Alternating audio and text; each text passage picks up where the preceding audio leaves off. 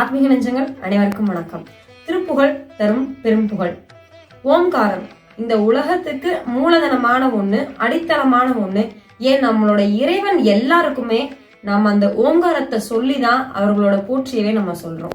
அப்படிப்பட்ட ஓம்காரத்தை ஒரு மனிதருக்கு கடவுளாகிய முருகப்பெருமான் ஜபமாலையா தந்திருக்காரு. அந்த ஜபமாலையோட சக்தியினாலதான் மீண்டும் மீண்டும் முருகப்பெருமான அந்த மனிதர் வழிபட்டாரு அப்படின்னா உங்களால நம்ப முடியுமா? அபகார நிந்தைப்பட்டு உழலாதே, அறியாத வஞ்சரை குறியாதே, உபதேச மந்திர பொருளாலே உனை நான் நினைந்தருள் பெறுவேனோ, இவமா முகந்தனக்கு இளையோனே, இமவான் மடந்தை உத்தமி பாலா, ஜபமாலை தந்த சத்குருநாதா, திருவாவினன்குடிவாழ் பெருமாளே அப்படின்னு திருவாவினன்குடி முருகப்பெருமான அருணகிரிநாதர் அவ்வளவு அழகா பாடுறார். மொத்தமே 3 பேத்துக்கு தாங்க முருகப்பெருமான் ஓங்காரத்தை உபதேசமா பண்ணியிருக்காரு. அப்படிப்பட்ட பிரணவத்தை முதல் உபதேசமா பெற்றவர் பரம்பொருளாகிய சிவபெருமான். முருகன் குருவாக அமர்ந்து அவரை சீடனாக உட்கார வச்சு வாய்ப்பொத்தி தன்னுடைய காதால யாரும் அறியாமல் அந்த மகா மந்திரத்தை முதல்ல கேட்டவர் சிவபெருமான்.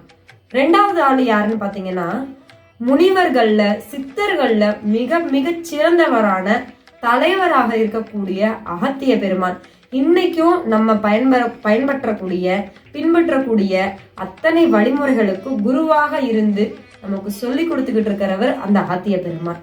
3வதாக மனிதர்கள்ல யாரு ரொம்ப ரொம்ப சிறந்தவர் அப்படின்னு முருகப்பெருமான் தேர்ந்தெடுத்து கொடுத்தவர் தான் அர்ஜுனனா பிறந்து கண்ணப்பனா பிறந்து மீண்டும் முருகனுக்காக அவதாரம் போல வந்த அருணகிரிநாதர்.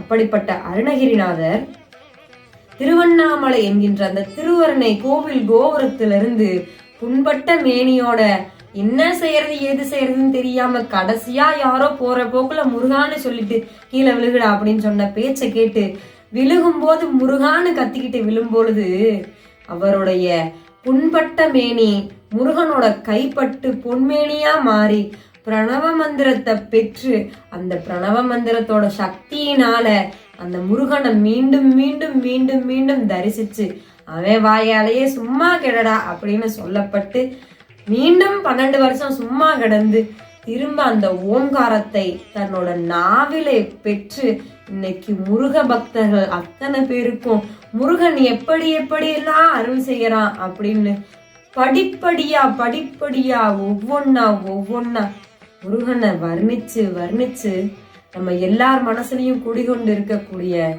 அருணகிரிநாதர் பெற்ற ஓம்காரம் நம்ம எல்லாருக்கும் கிடைக்க வேண்டும் என்பதற்காகத்தான் அந்த ஓம்காரத்திலிருந்து புறப்பட்ட திருப்புகழ் பெரும் புகழை ஒவ்வொருவருக்கும் தந்து கொண்டிருக்கின்றது என்பது நிதர்சனமான உண்மை.